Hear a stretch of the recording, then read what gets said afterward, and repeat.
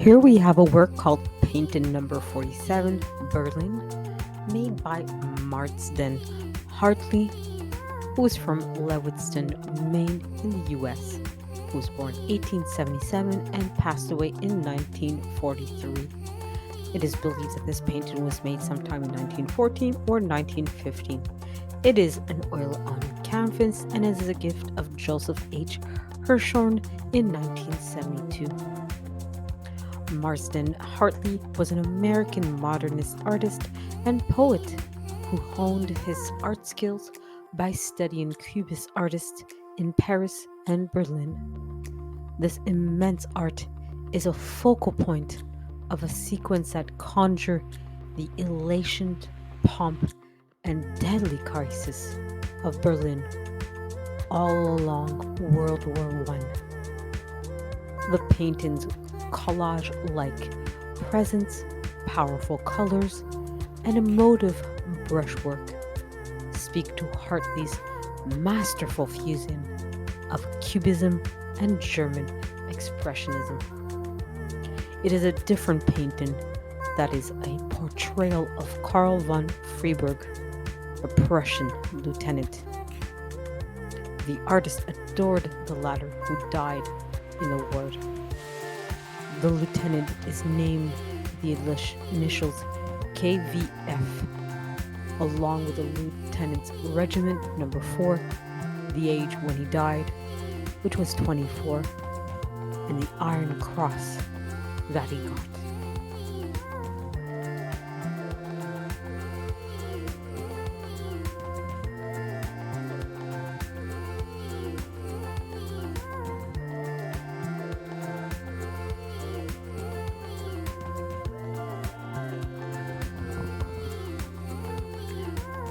Marsden Hartley, born Edmund Hartley in Lewiston, Maine, on January 4, 1877, was an American modernist painter, poet, and essayist.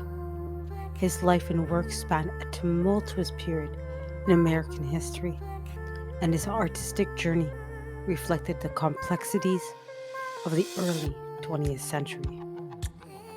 Hartley grew up in a working-class family, and his artistic talents were evident from a young age. Despite financial challenges, he managed to attend the Cleveland School of Art, where he developed his skills and began to explore different artistic styles. His early influences included the American Impressionists and European Modernist movements. In 1909, Hartley embarked on a transformative journey to Europe, where he immersed himself in the vibrant art scenes of Paris and Berlin. He was exposed to the avant-garde movements of the time, including Cubism and Expressionism, which greatly influenced his evolving style. During his time in Europe, Hartley developed connections with prominent artists and intellectuals, expanding his worldly view and artistic expressions and perspective. Hartley returned to the United States in 1910, bringing with him the energy and innovation of European modernism. He struggled initially to find his place in the American art scene, but he eventually gained the recognition for his distinctive style that blended modernist principles with a deep connection to American subjects. His paintings from this period often depicted scenes of rural life and landscapes, influenced with a bold use of color and form. One of Hartley's significant contributions to the American art scene was his exportation and exploration of identity and cultural heritage. His interest in Native American art and culture as well as his experiences in Mexico, inspired a series of paintings that reflected a unique blend of modernist aesthetics and American themes. These works, such as the Fisherman's Last Supper series, demonstrated Hartley's ability to synthesize diverse influences into a cohesive and personal artistic expression. The 1920s brought personal tragedy to the Hartley family life with the death of a close friend, German officer Karl von Fleberg, which was featured in the painting that you see here. This event deeply affected Hartley, and he channeled his grief into a series of paintings dedicated to von Fleberg's memory. These works, known as the German officer paintings, are poignant expressions of loss and mourning, combining elements of abstraction and symbolism. Hartley continued to evolve as an artist throughout his career. He experimented with various styles, from abstraction to more representational works. His later years were marked by travel across the United States, where he sought inspiration from the diverse landscapes and communities of the country. His artistic output during this period reflects a deep connection to the American perspective. Madsen Hartley's contribution to American art are immeasurable. His ability to navigate the shifting currents of modernism while maintaining a unique voice set him apart as a visionary artist. His legacy extends beyond painting, as he also made significant contribution to literature through his essays and poetry. Marsden Hartley's life journey through the transformed landscape of the 20th century art.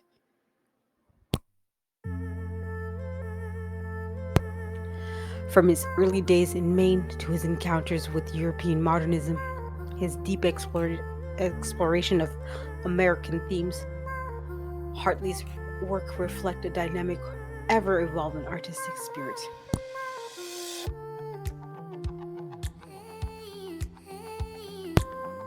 His legacy endures as a testament to the power and art that captures the essence of a time and place, as well as the complexities of the human experience.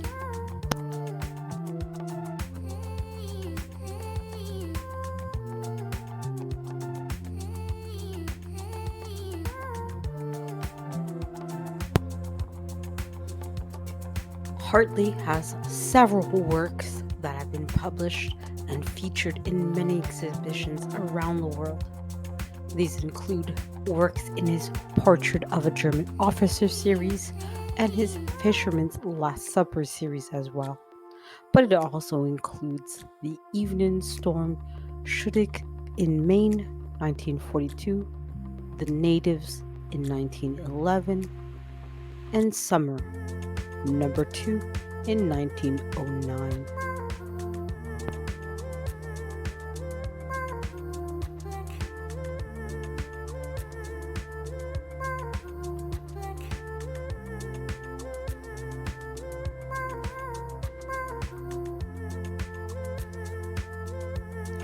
So obviously I got a lot of this information from, I admit, ChatGPT itself and Wikipedia, etc.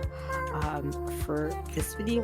The information that you're seeing on screen is from the Museum of Fine Arts in Quebec City itself. So thank you to all of them for providing me the information necessary to make this video and to do things a lot quicker and a lot smoother.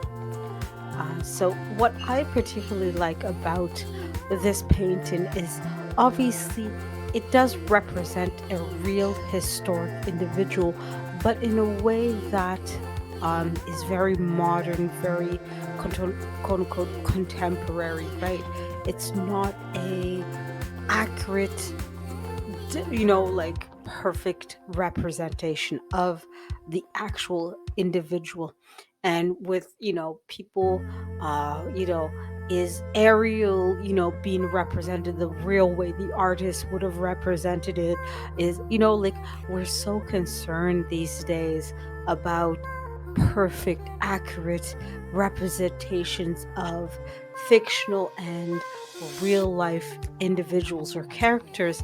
Here you see artists really don't care. They'll represent even a real person in a very unique and different way. Obviously, this isn't an accurate representation of the actual person themselves, but that's the point. This artist is trying to represent somebody that's important to them in a way that represents how they feel about this person, and about how, this person, evokes certain things and certain imagery, right? Because even if we can't see the person themselves, we get a lot of the references that the person is trying to make. The initials KVF, for example, the cross at the bottom center of the the painting, etc. Right? All of these imageries, all of these symbols mean something, right? It's not, stuff that just comes out of nowhere. So as you can see, even if you're not being accurate in your representation, by using symbologies, by using uh, hidden, quote unquote, hidden meaning, you can still represent a person accurately, right? And I think we tend to forget that these days, that you don't have to represent even a real life historical figure accurately in order to get the essence of what you're trying to talk about what you're trying to represent. And that's, to me, the whole point of art and entertainment. It's not about being accurate in of itself. Yes, you can have very realistic, perfect, like you're getting exactly what, like if were to say Albert Einstein, we all have an image of what he looks like. And sure, it would be historically accurate if the painting was a perfect, representation of him at a particular point in his life. But you could create a painting like this where it's just basic symbols of what we would imagine represent Albert Einstein, like the E equals MC square equation, or some kind of fictional representative of his poofy gray hair. You don't have to always represent a person perfectly accurate in order to actually represent him, right? So that's what I really like about this painting, is that you're getting to the essence of the person without actually showing them, right? And I think, to me, that's really the beauty of art these days, is that you're really allowing your imagination to represent something in a way that's unique and different. And I think it's a shame that we've lost that we are so focused on everything has to be a perfect, accurate representation of the quote unquote real world, that we've forgotten that's not the point of art, right? Yes, that's the point of some art, but that's not the point of all art. The part of the point of some art is to go above and beyond, and to make you think, and to make you feel, and to just let you get out of the real world. And what is this symbol, what does that mean, what is this, what about this, what about that? And it's okay to question, and to, do I like this, do I not like this, is this okay, is this not okay, to sort of give you that safe space to question yourself, the world that you're in, what you're seeing. It's okay not to have the answers. It's okay not to like something, not to agree. It's okay, you know. And we sort of forget that with modern movies and paintings. Everything has to be the way I remember it. No, it doesn't. If you want the Little Mermaid from back in the day, it's still available on Disney Plus. You can watch that representation of the Little Mermaid. You can read the original tale. And for those of you who read the original Danish language, you know that the original Little Mermaid was not represented in Disney's original Little Mermaid movie. That's not a representation of the Little Mermaid. And people still liked it. People still agreed with it. People said, "This is my Little Mermaid," right? Even though it was not a representation of what the authors had described in their folk tale, in their telling of the story. So I think to some degree we need to sort of let go, and that's kind of why I like the original Little Mermaid, but also the remake of it, because I realized that look, Disney didn't get it right the first time that they made The Little Mermaid, so why do I need to worry about the remake? It's okay if the remake isn't accurate because neither was the first movie. So let's go ahead.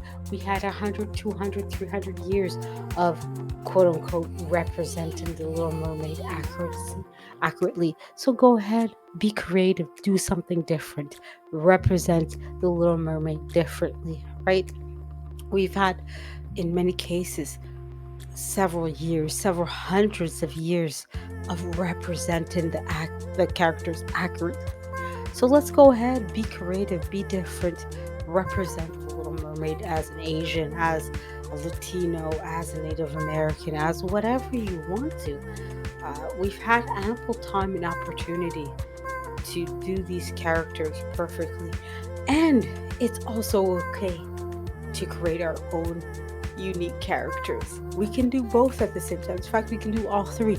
We can have an accurate representation of the Little Mermaid. We can have the fictional remakes, and we can create our own. All three are okay to do at the same time. One does not invalidate the other. And it's not like The Little Mermaid was a wonderful movie for everybody. Even when The Little Mermaid came out the first time, there's probably going to be people who say that, yeah, when I watched it the first time, I didn't like it. I wasn't amazed and in awe about it. And that's okay. We don't all have to agree. We don't all have to like the same things in order for something to be valid, right? And that's okay. So let me know in the comment sections what you think about this painting, what you think about what I said. It's okay if you guys disagree with me or have different opinions. It's all good. It's all valid. And as long as you guys are respectful, I'm all in.